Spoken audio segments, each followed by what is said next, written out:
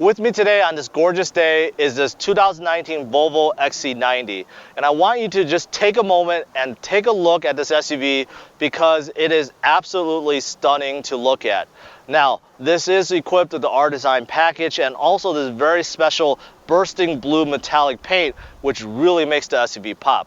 Now, in terms of Volvo's SUV lineup, this is definitely the biggest. The XC90 is a mid-sized 3-row SUV. Now, you do have the XC60, which is a compact SUV, and the XC40, which is a subcompact SUV. So today, I'm going to be reviewing this for you guys, show you the ins and outs, and also go for a drive, and finally conclude with the good and bad and ugly, so you guys could decide if this is the right SUV for you. Stay tuned.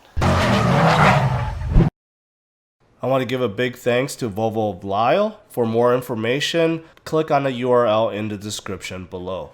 All right, let's start out by looking at a side view of this XC90, which I think looks really good. In fact, in my opinion, all the sides of this XC90 looks really good. Now, I like the clean lines, right? But mostly what really stands out, and I mentioned this already, is this metallic paint. This bursting blue metallic paint that's only available on the R Design really makes the SUV pop. And I do like some of the contrasting. You can see that the mirrors are painted aluminum, not body color, right? So it does pop out. And this matches the window surrounds, which is also aluminum. And finally, it matches the roof rail, which is integrated, nice beefy roof rail that's also aluminum, right? And then you do see the privacy glass. And finally, take a look at the body, right? There is no body panel that is not painted. You see that a lot these days, even in luxury SUVs where you could see unpainted body panels like the rocker panels on the bottom, right?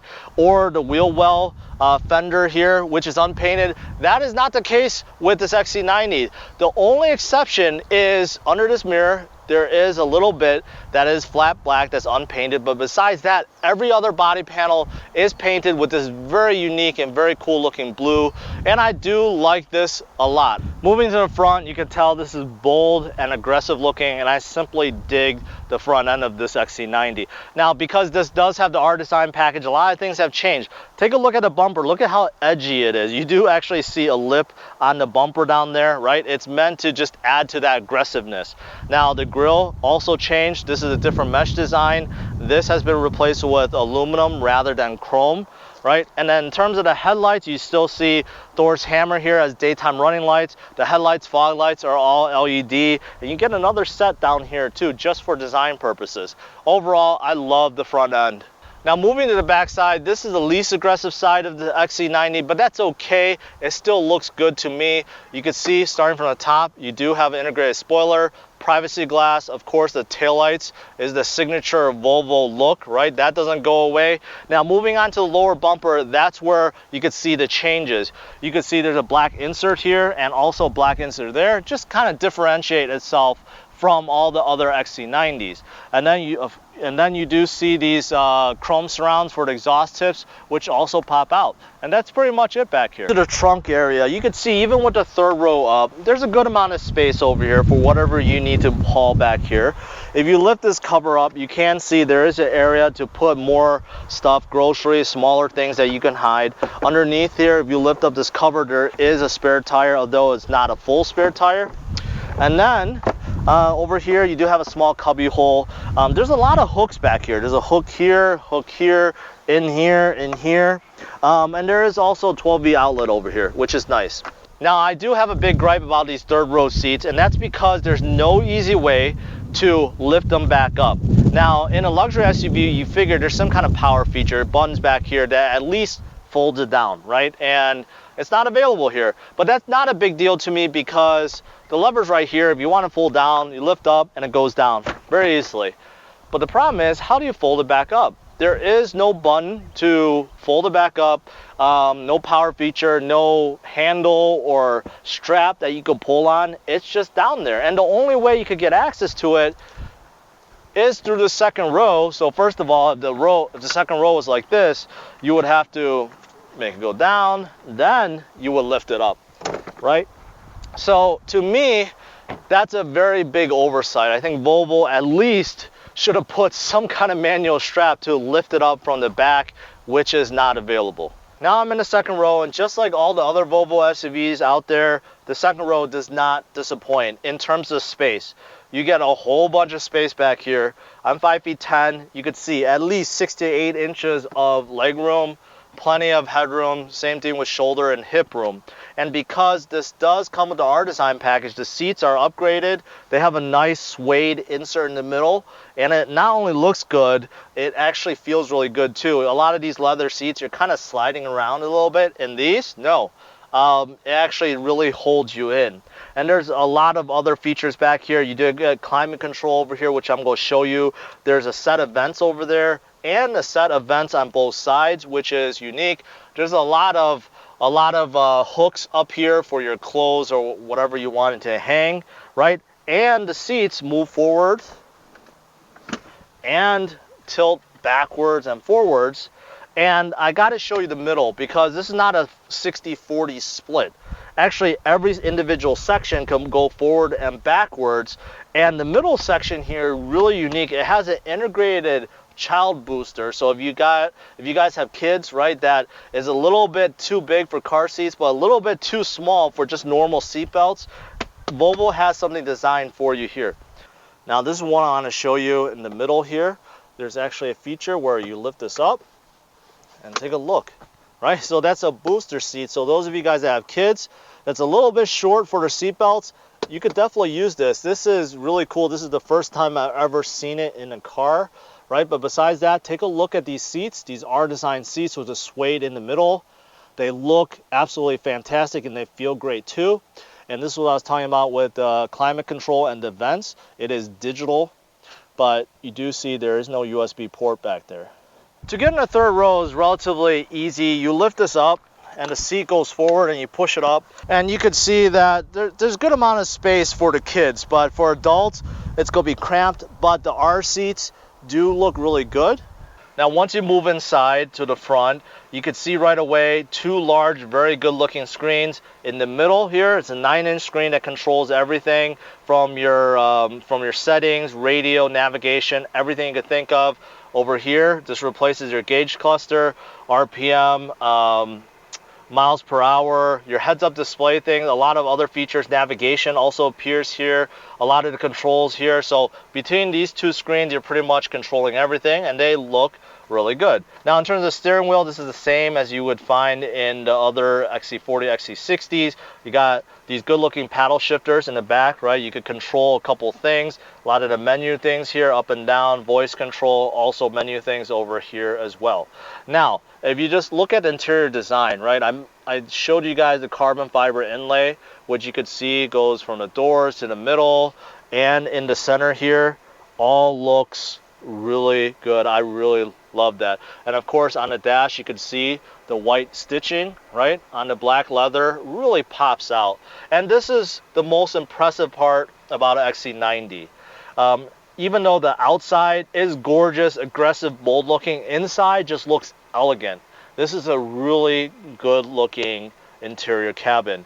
Now, this does have the Harman Kardon speakers you can see over there and also on the doors. And I will say that I normally don't test out the radio, but I actually turn it up on purpose just to see how it sounds, and it actually sounds amazing through these speakers. Now, in terms of this media center, okay, it's very much like an Android device. Okay, you can swipe down for notifications and so forth, and then swipe to the right. You get a lot of apps. You can control a lot of things: Bluetooth, FM radio. You could download apps like local search for Google, weather, Spotify, Yelp. You could also download things like Apple CarPlay and Android Auto, and you could control other preloaded apps such as driver performance, car status, messages, and so forth. Now, moving to the other way, in the middle, this is kind of like the default, what you would see, like your position, your radio, your phone, whether it's paired. You can have other things like local search on here. And then you go to the left, and this is where you can control a lot of things, okay? And some of these things are just unique to me, and they're really cool. For example, if you scroll up a little bit, so take a look at this one, wiper service position. I was looking at that, I'm like, what is that, right? You press on it, look at the wipers. They come out for you, right, in a very convenient way for you to replace them. That is something you normally don't see in any other car. At least in any other car I reviewed, I haven't seen that before. You can control your active bending lights in terms of your headlights, whether or not you want to have them swerve while you're turning, collision avoidance, corner illumination, okay, cruise control. You could adjust your passenger seat, which is really cool. So the buttons that are on your seat, okay, on the very side to control your seats, moving up, down, you know, all that stuff. If you click on this, now the controls on my seat controls the passenger seat. I mean, that to me is really cool. I don't know why you would need to do that, but it's nice that you can. You can control your heads-up display, which is an option on this XC90 blind spot. You can fold down your headrest. You can adjust your heads-up display in terms of how high it is, how bright it is. You get a 360 camera. Okay, here's a 360 view, right? So you can basically control everything on here. Your park assist, start auto engine start stop, which I turned off. Your distance alert for ahead of you. There's a whole bunch of things in here. You could have assistance parking in and parking out of parking spots. And also you could control your climate through here. So you could see right here, it says auto, right? You press on it, you go higher, lower, auto, right? Your defroster stuff is here. You could control your rear climate through here. So those are cool, right? And then you move back here if you want to control your temperature each side, right? You could go up and down, right? And then you could do it on this side as well. And then you can also do it for the rear. So it just depends on what you want to do. And of course, if you want to go backwards, okay, or go back to the home screen, because sometimes it's hard. You're like, how do you go back, right? Sometimes you get stuck in a menu. You just press this. This is kind of like the home button, and that's it. It brings you to your dashboard. Really cool. Now down here, you do have some controls, right, for your radio, and this is to open up the glove box. So it is electronic. There is no lever over there. And then you have hazard and defroster. Very simple, okay? You don't have a lot of buttons here, and you really don't need it because this is actually really responsive, and it's pretty easy to figure out. It works pretty much like an Android device or an iPhone. Over here, a normal shifter, thank God, right? Not some new invention with buttons or anything. It just works. You move that out. You do see cup holders, cubby hole, another vent. Over here, I mean, not a vent, you got a plug over here, somewhere to put your spare change. And then over here, you do see a couple USB ports over there and just some room to store whatever you needed to. Over here, you do have the engine auto stop. If you want to control it here, you could do it. And this is for electronic parking. This is your drive mode.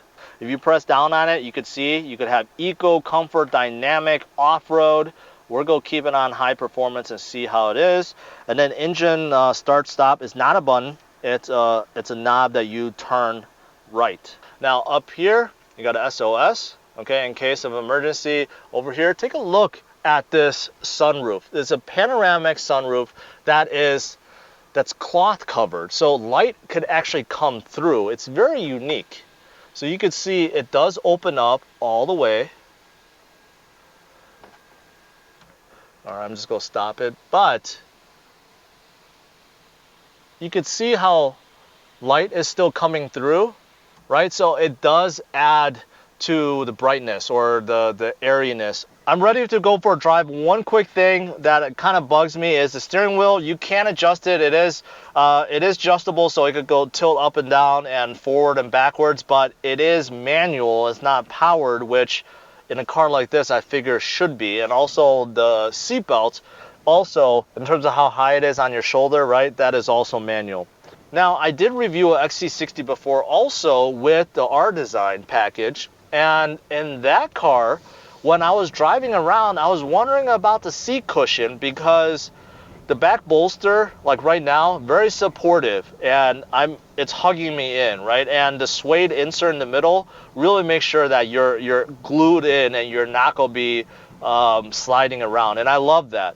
And in the XC60, for some reason, the bottom cushion was very stiff. Like I was sitting on top of a phone book that's wrapped in leather. Like I couldn't get why it was designed that way. And that was one of my complaints about the XC60. This, not a problem. This, the bottom cushion, is very, very comfortable. It is adjustable. Everything is adjustable except the headrest, which is kind of just set in place. But everything else is adjustable, and the seats are very comfortable. And, you know, I'm taking some light corners here, and I am planted in this seat. I am not moving around at all. It's a really ultra quiet ride.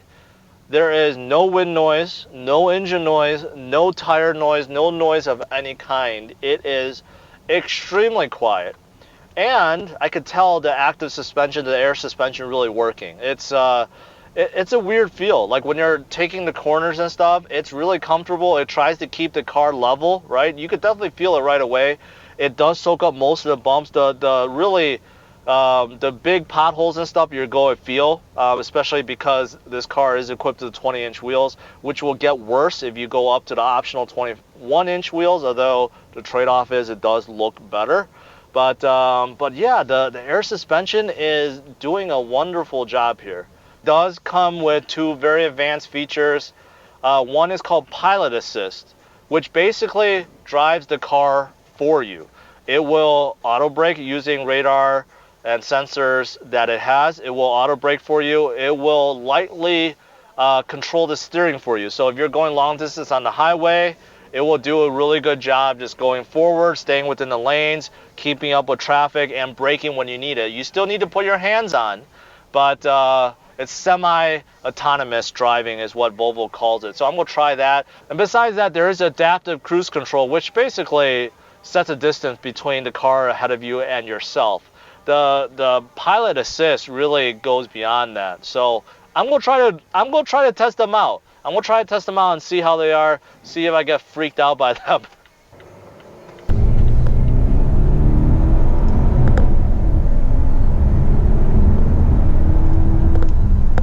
Okay, I just got up to speed, sped up to about 60 miles per hour.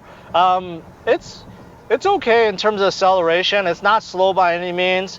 This XC60 is a T6, which means it has the 2-liter that's pushing out 316 horsepower and close to 300 foot-pounds of torque. And it does move this XC90 pretty well. It definitely gets up to speed relatively quick. Now, in terms of steering, because it's electronic steering, you do feel that at times a little artificial, all right? But overall, it does have a solid feel. It's not too light, so it does make the drive a bit more engaging. Now, in terms of just driving position, visibility, it's all good, no complaints. I love these seats. They really hug you in, and I really like that. In terms of visibility, the windows are very big. Nothing is really blocked. I will say the headrest from the third row really blocks your view. So unless you have to have them up, I would recommend folding them down. So that's the only thing that really blocks your visibility. But outside of that, all the windows nice and big. It feels airy, right? With the sunroof open especially. This is tinted, so those of you guys that are wondering, what if there's a lot of light? It is tinted. All right, so I'm gonna turn on Pilot Assist, and then I have the camera pointing at me so that you guys could see how it could take over there. So there's a little green steering wheel in there that shows you that it's engaged. So, all right, I'm hovering my hands over here, right? So you see, it does stay within the lanes, and it's turning, and I'm accelerating, right? So this makes me really nervous because there's oncoming traffic on the other side, but it is doing its job, okay? So now it's braking by itself. I'm not doing that. It just braked by itself. Now, let's see, I'm gonna speed up a little bit. As long as it can read the lines, this works. So again, this is probably best used on the highway when you're driving long distances. I would not recommend this in the city. And it's actually kind of scary because this is the first time for me. Those of you guys that are Tesla owners probably are used to this. That's really cool. That's really cool. I'm not gonna brake. Let's see what happens. It says apply steering. A heads up display. It does want you to keep your hand on here just so it knows that you're paying attention. If it tells you to do that and you don't,